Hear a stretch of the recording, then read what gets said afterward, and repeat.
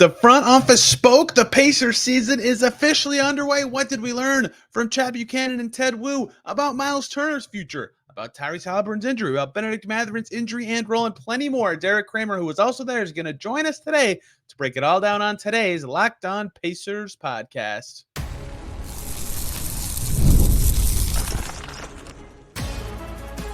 You are Locked On Pacers, your daily Indiana Pacers podcast. Part of the Locked On Podcast Network, your team every day. Hello, everybody. Happy Wednesday, and welcome into another edition of the Locked On Pacers podcast, where we, of course, talk about the Indiana Pacers. As always, my name's Tony East. I cover the team for Forbes and SI, and today we're talking about the Pacers front office speaking on the record. First time of the season. Media day starts next week. We hear from the front office on Tuesday. Lots to break down. Myles Turner chatter about his future with the Pacers contract set up the way they are. We got to talk about what they said about continuity and how they think the Pacers can be better this year. Ben Mathurin and Tyrese Haliburton injury updates, plus Mathurin with some role stuff. Some interesting comments there too. And we get to it all today. Cad Buchanan and Ted Wu talked for almost half an hour. Derek Kramer and I are both there, and we're going to talk about it today. It's different than in years past with a similar roster. There was less fact-finding and more about getting front office statements on lots of various things. It was great. It was very insightful, and we'll break it all down today. Let's just get right to it. There are a couple ways to know that the Pacers season is officially back. One is that Cad Buchanan and Ted Wu are speaking on the record, telling us about the upcoming season for the Pacers. And we're hearing from the front office for the first time ahead of 24-25. And the other reason you know the Pacers season is almost here is because Derek Kramer is back on Locked On Pacers. We did 5 or 6 from the end of March to the end of the season because of the playoffs. You were on for the trade deadline. It's been 3 months since we've gotten to do this. How are you? Did you enjoy hearing from the front office today? Are you excited for the season? People don't really care about that stuff, but we'll get to what was said from Cad Buchanan and Ted Wu today. Some new information, a lot of how the team feels about stuff that's been talked about all summer. It was very revealing. Derek, what do you think? Yeah, I enjoyed my awakening from my slumber, my hibernation that I usually take at this time of year. Happy to jump back into it. It feels like this offseason kind of just flew by. Maybe that's the benefit of the downside of the long playoff run. It's right back at it. It feels like it doesn't feel like that long ago that we were watching the Pacers play basketball, excited to get back into that again in about a month. And we got all the exciting training camp stuff coming up as well. Good stuff today from Chad and Ted. It was good day. Usually the gap is or at least in recent seasons, it's been like early April season ends and 2.5 months till the draft. Then summer league's right away. And then nothing till the season. This year, long playoff run. The draft's less than a month later, then Summer League, then the Olympics are 3 weeks after that. There's barely been a month off of even just Pacers. It doesn't even account for the Caitlin Clark show in the same building. So it has felt very abbreviated. Let's actually talk about what was said today. So it was very interesting. In past years, basically every year for the Pacers, when they had to talk before the season, there was always something very prevalent, right?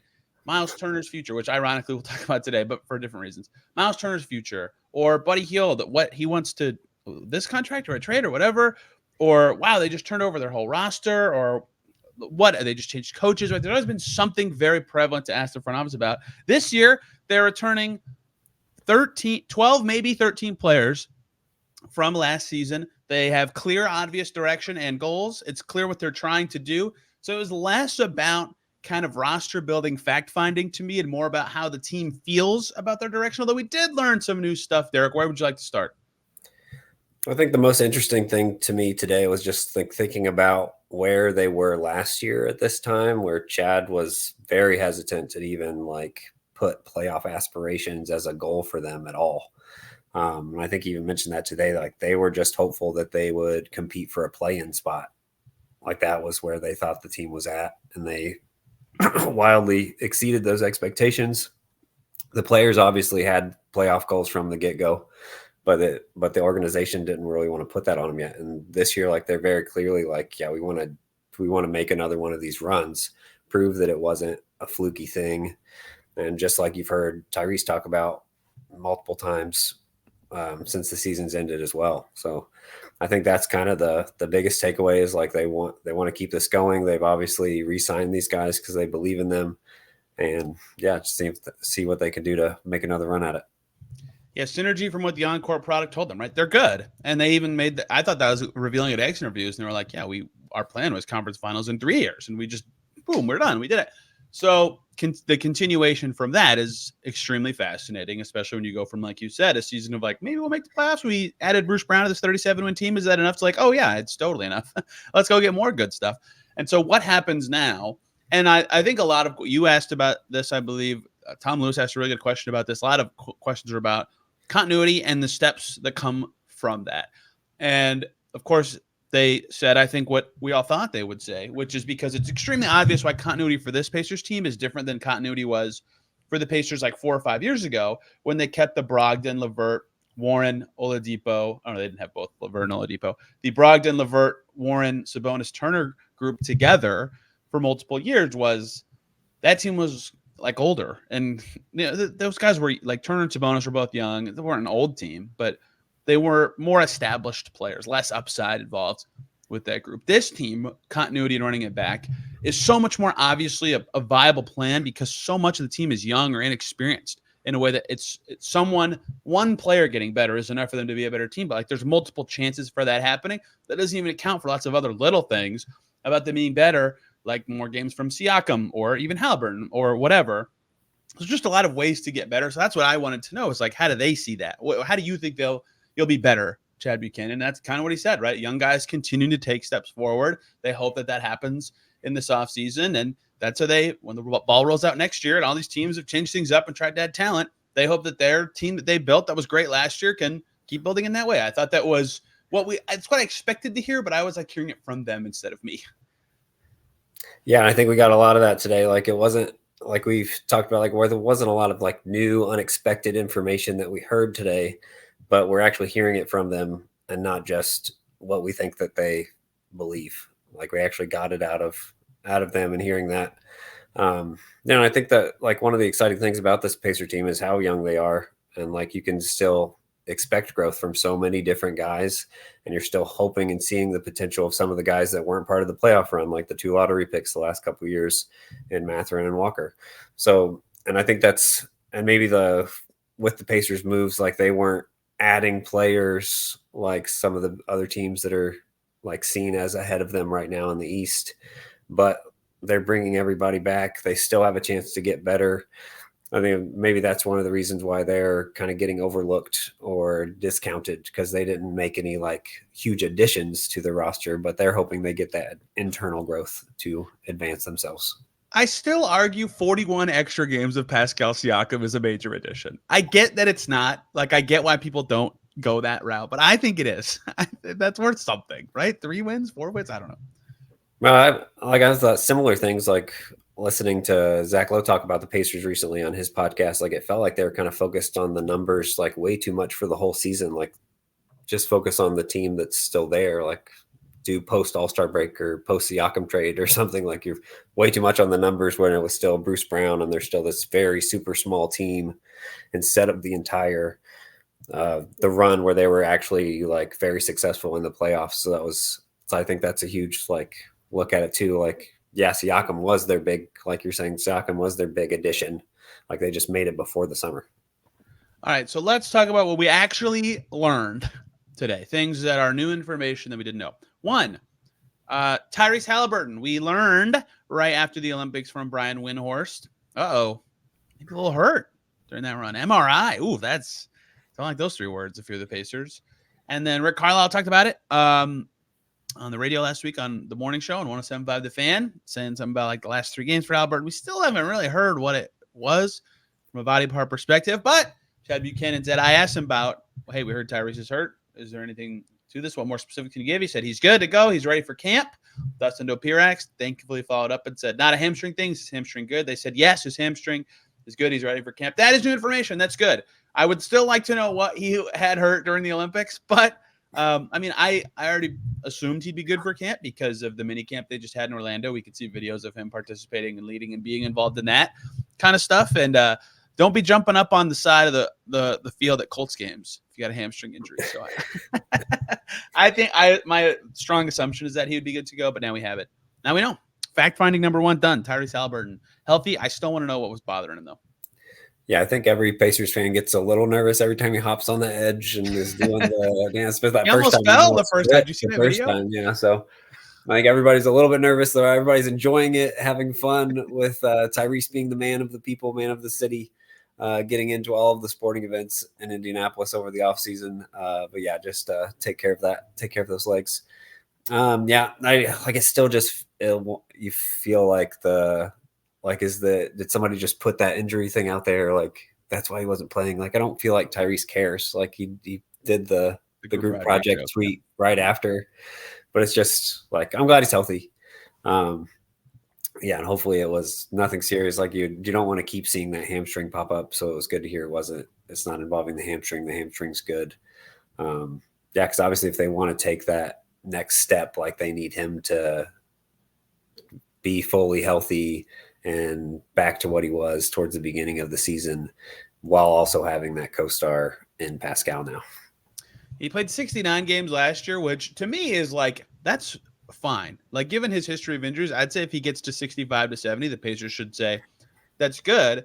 But I'm not saying that last season was good because however many it was, 6, 7, 8 of those were like not real. You know, there was the 20 minutes of he's not playing this quarter or that quarter, or the rotation's all jank. And then he was bad after that stretch, and he was bad coming into that stretch, and they lost that Portland game he shouldn't have played. So it's more like 60 to 58. It's probably more like what last year was. And so I think the Pacers would certainly hope that it's 82, but I think realistically they should be happy with fully healthy, fully revved Tyrese Haliburton for 65 to 70, because we've seen that already with the bad version last year was an all-NBA level talent, right? So not even the loftier goals, but if he's healthy going in, that's a good sign.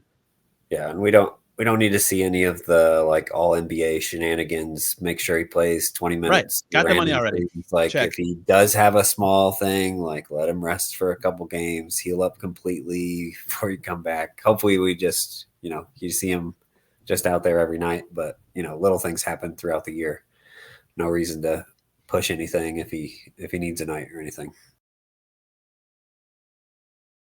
Everybody, short little break here so we can talk about the great folks over at FanDuel. NFL fans, Colts fans, they got to win. You can start the season off with a big return on FanDuel because they're America's #1 sportsbook. When you get that hunch in the middle of a game, you just can't scratch the itch. You got to check out the latest stats.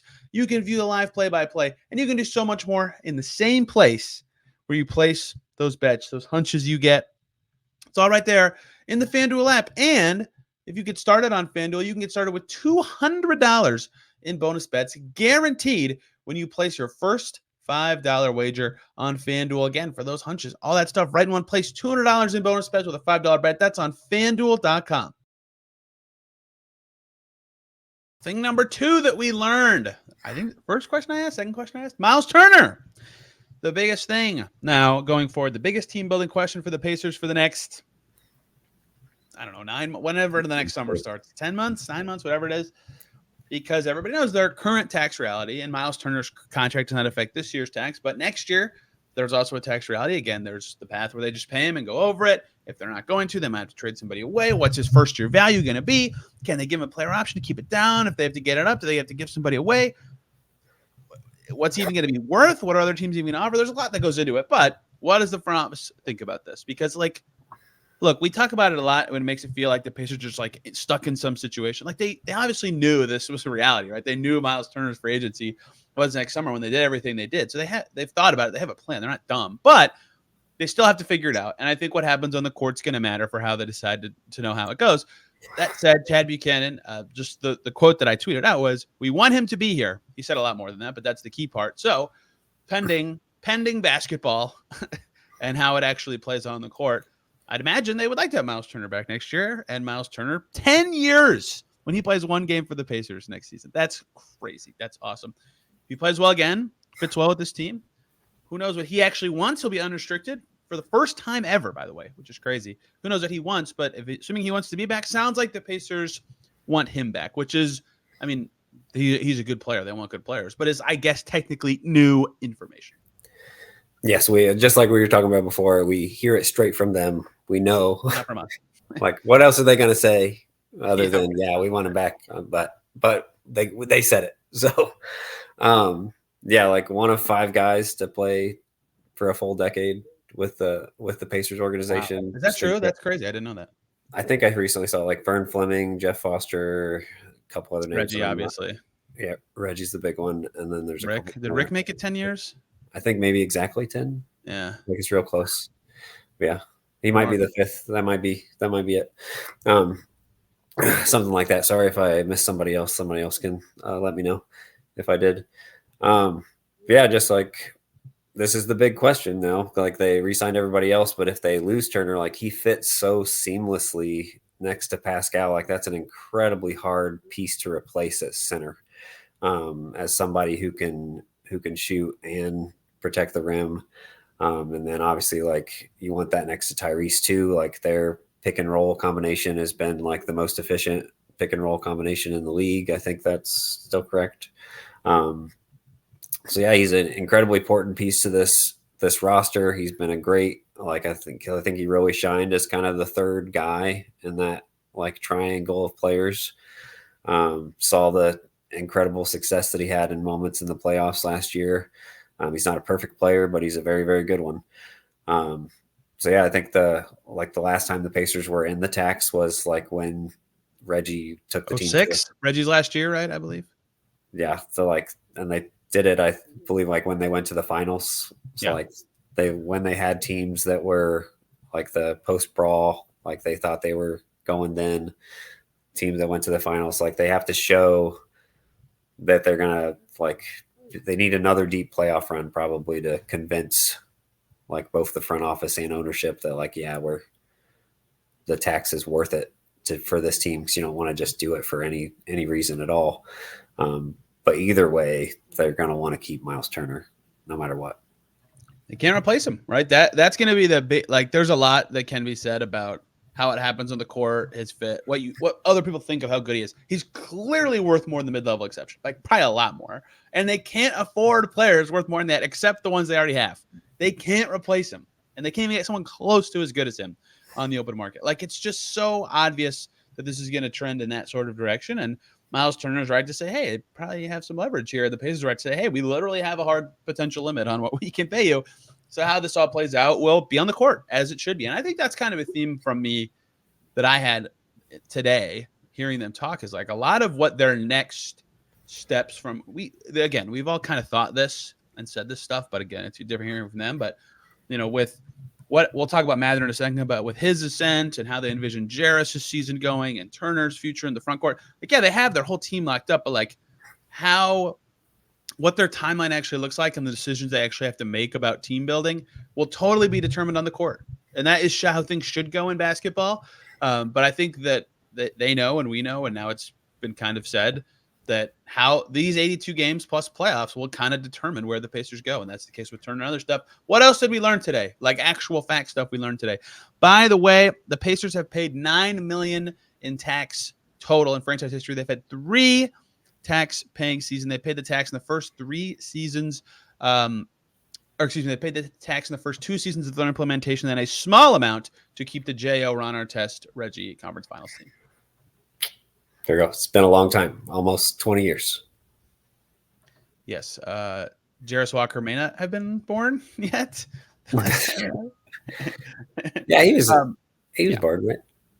I don't know. It's Furphy definitely wasn't born. Oof. Okay. What else did we learn today? Do you have any other factual things beyond just front office deals? We we Ted Wu's first media, like, we did, in front of a camera, in front of reporters. So yeah, I don't know. We learned some people learned what his voice sounds like. Yeah, there wasn't a ton of like just like facts. We know this. We know that they know that their defense needs work, which everybody knows that. We knew that from the end of the season too. Yes.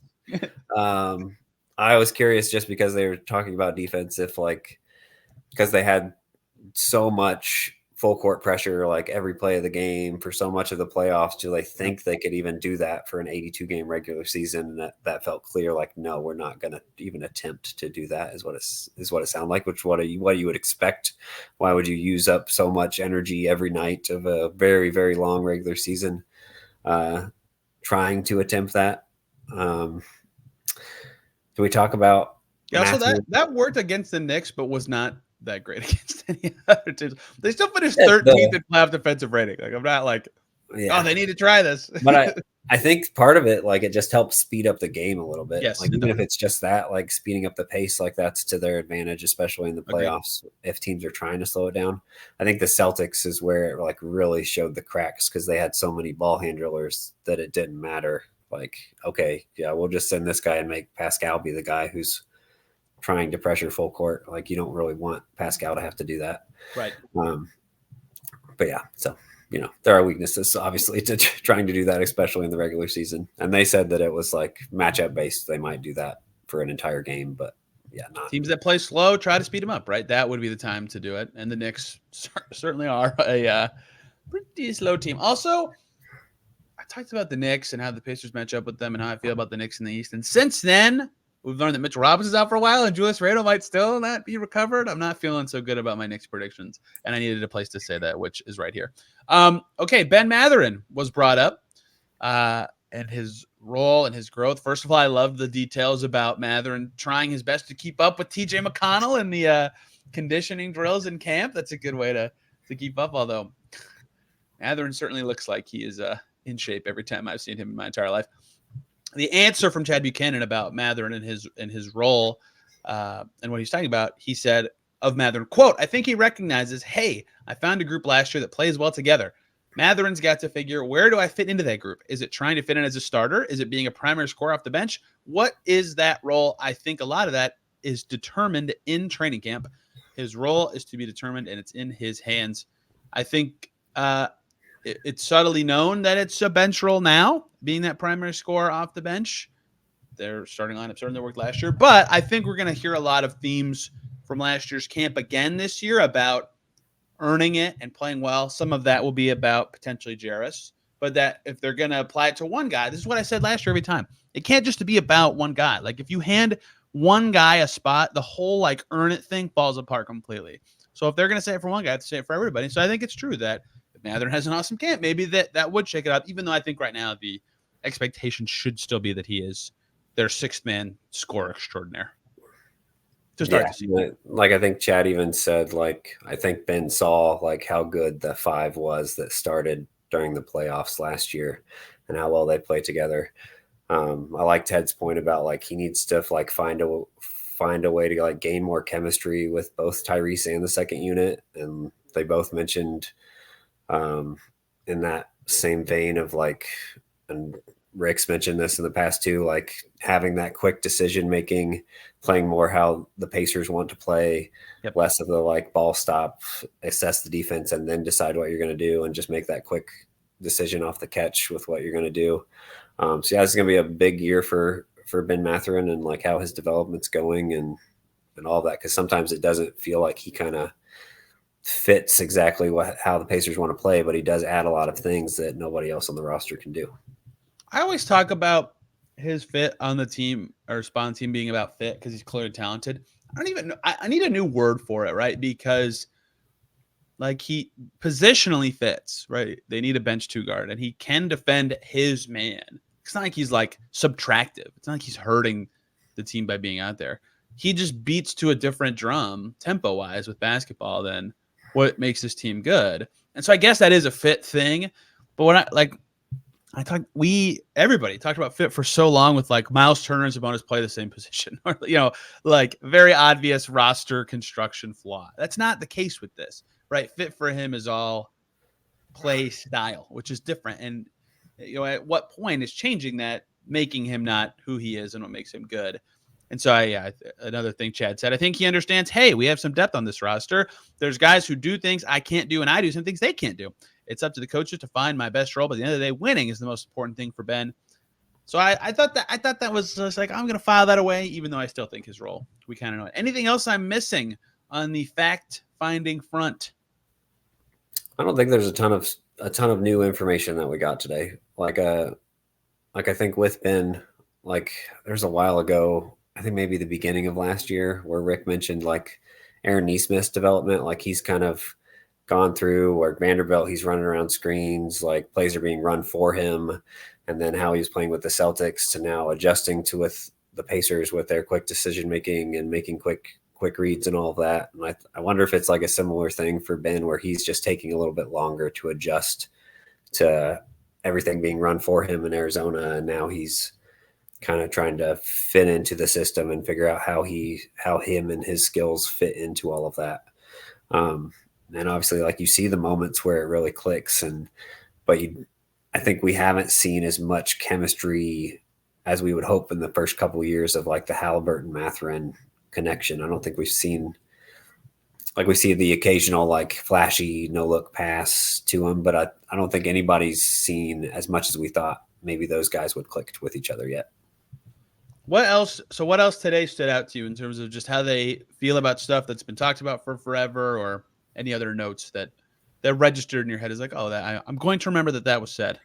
Just a lot of like, the ownership is committed to winning, which I think is key with like, they want to figure out a way to keep Myles Turner and not go backwards, I think is the biggest thing that kind of stuck out to me.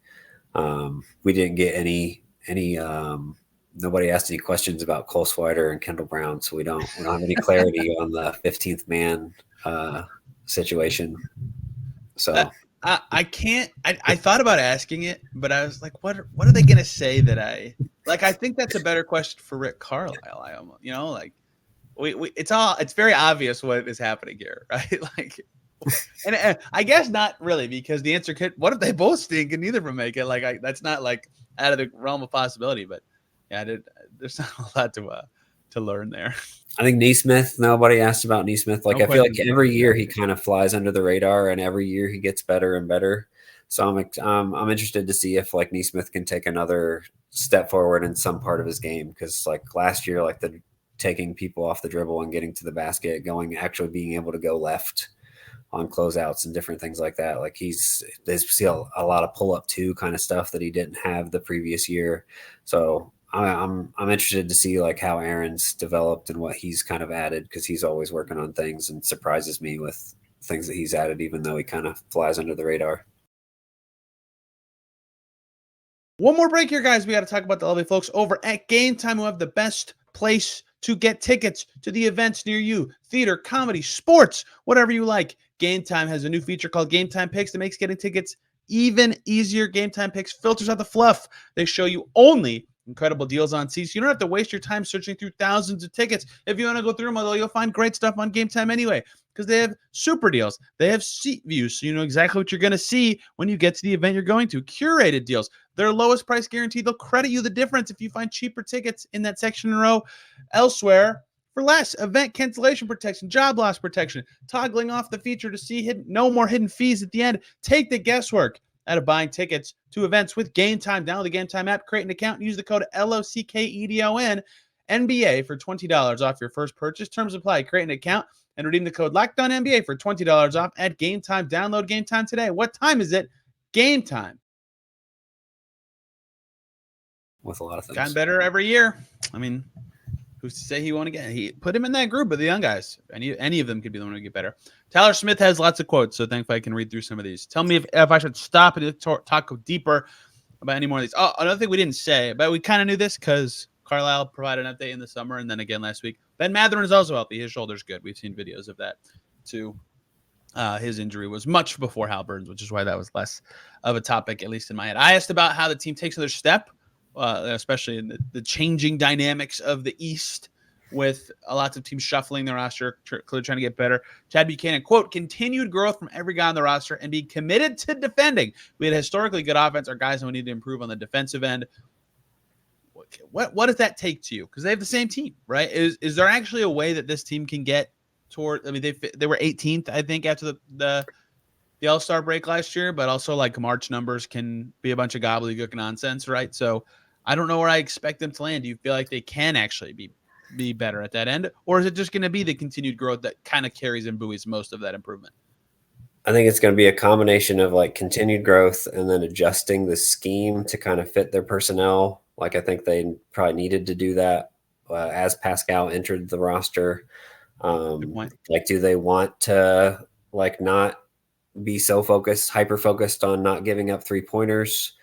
because that did lead They to even a faded lot away of, from that a little during the last season. right, which is what I thought. So they've already kind of, like, if they can keep it around average, like, and if their offense can stay just light years ahead of almost everybody except for the Celtics, like, that's a formula for success as long as they can keep the defense around average. Yep. So maybe they've already made a lot of those adjustments with Pascal. And I think, like, having the full off season of planning out with this roster, I think they need Myles Turner to be better on that end and hopefully get back to maybe where he was a couple years ago, because he has, like, taken a step backwards, I think, on defense. Like, they need him to be more of that feared rim protector still. That would be huge if he could get back to a couple years ago on that end. I'm sure he would love to get there as well with his contract situation. Yeah, no kidding. No kidding. And look, man, it's rare that I say this. He deserves an all defense for his career resume, because the 3 years he could have got it, it was positioned. And I guess this is an indictment, and maybe he doesn't deserve it. But Embiid and Gobert were just better. Like, that's not an insult. Myles Turner being a top 3 defensive center and a top 5 defensive player, he never has no accolades for it, for that stretch. I mean, that stinks. Just the two shot block champs. That's it, right? And franchise records matter a great deal. I do not want to diminish that. They also talked about Haliburton being better as a defender. On Jarris Walker, Cad Buchanan says, young players will show glimpses. Putting it all together on a consistent basis is the challenge for Jarris. True, that Clippers game is still one that people talk about and should. He was phenomenal that day. There's potential for him on the defensive side, especially that can really impact our team. I still think, and I will predict, that he will be the odd man out. Maybe he can pull the Mathurin pet, though, and steal a Ben Shepherd spot or get in there in another way. Nike athlete Ben Shepherd's spot as the backup 3. But that's what they said in their end of season X interview too. So I didn't really file that one away. That's kind of it. A lot of other stuff was about moving forward and their progress. I think next year's will have a lot more potentially to talk about, because this season will define a lot of the Pacers' path forwards. And I think, like Buchanan said, right, just because you're moving forward doesn't mean you're on the right path. Did I get that right? It was something like that. Something like just because you're on the right path doesn't mean you're going anywhere. That's right. That's what it was. Bars. Clearly, it stuck with me a lot because I butchered it less than 12 hours later. But no, again, very telling quote. But this year, less drama. In past years, less new information. A very similar team, less new information to acquire, and yet still revealing in all the ways that it always is when you hear from the front office for one of the 2-3 times it happens that season. Like, we probably won't hear from them on the record till the trade deadline. That's why this stuff matters so much and is worth breaking down, because seeing how the decision makers assess the team month to month, year to year, whatever, matters a great deal. And they're in a much better spot than they were when they were doing this last year, when they weren't sure how good they'd be and they weren't sure if they're starting to guard, what his contract situation was, and lots of other stuff. And now, they know. They didn't even have Aaron Nesmith extended last year. Like, a lot has changed in 12 months. A lot. So, now their only contract question is Myles. Like, that's it. Like, there were so many last year. Whoa. Wow. Oh, sorry. Thank you. You figured out what I was going to say before I even got it out. I'm going to tell James Johnson, Kendall Brown, and Cole Swider that you said that. Go for it. I will tell them. They'll be like, who is that? I don't care. Unbelievable dismay there.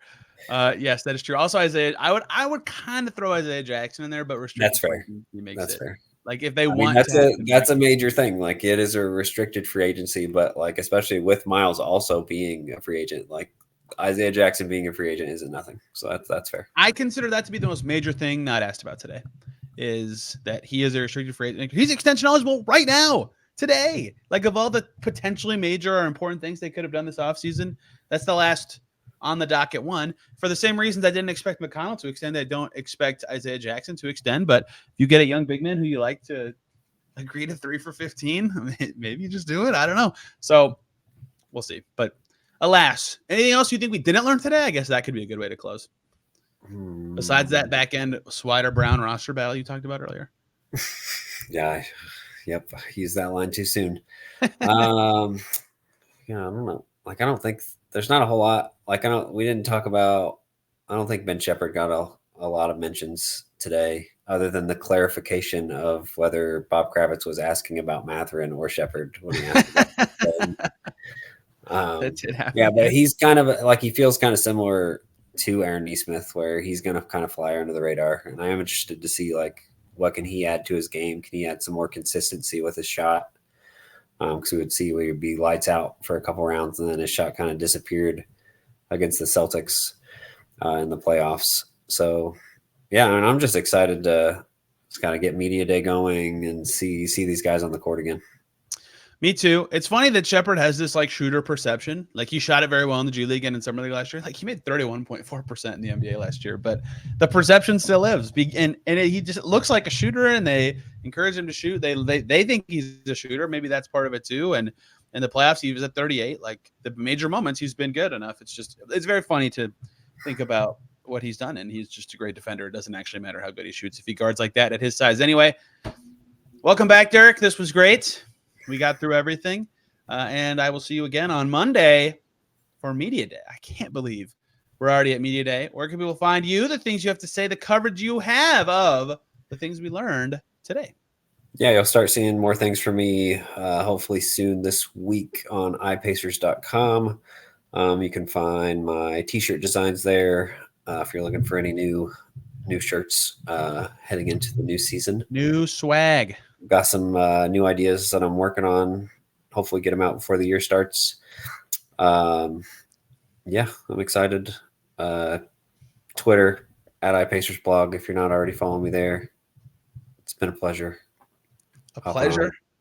Sure, yeah. I don't know. I'm just saying stuff. Can I suggest T-shirts to you? Are you taking recommendations? Sure, yeah. Let's do it. I'm always open to ideas. Anybody that wants to throw them at me. Cartoonized Haliburton eating the gold medal, and it just says "not a loser" in big letters across the top. That's A on the group project. Yes, that's good. Now, I don't even think he realized like how that quote would become huge after he said it in Miami. The not a loser thing. He had 44. They lost career high night. They blow it in the fourth quarter. And he doesn't play, and they beat the Heat 2 days later. Like that was just TJ and Obi like can't miss anything. Bruce Brown had like 33 or something insane. Oh, what a time. That is a cue that we are at the end of this podcast episode. Thank you guys for listening. Tomorrow, back on season previews, we're going to be looking at shooting guards, and then Friday we're going to be wet blankets a little bit before media day because I want to talk about the worst case scenarios could be for the Pacers beyond like injury stuff. That's always bad. Believe it or not, Derek, some teams have to have disappointing seasons. Bad things can happen. Unfortunately, in the world of pro sports, yes, they can. And then media day next week, we're back officially. Stuff is being said. The players are back in town. The boys are back in town, and it's time to cover it here on Locked On Pacers every single day. Thank you all for listening. We'll see you very soon.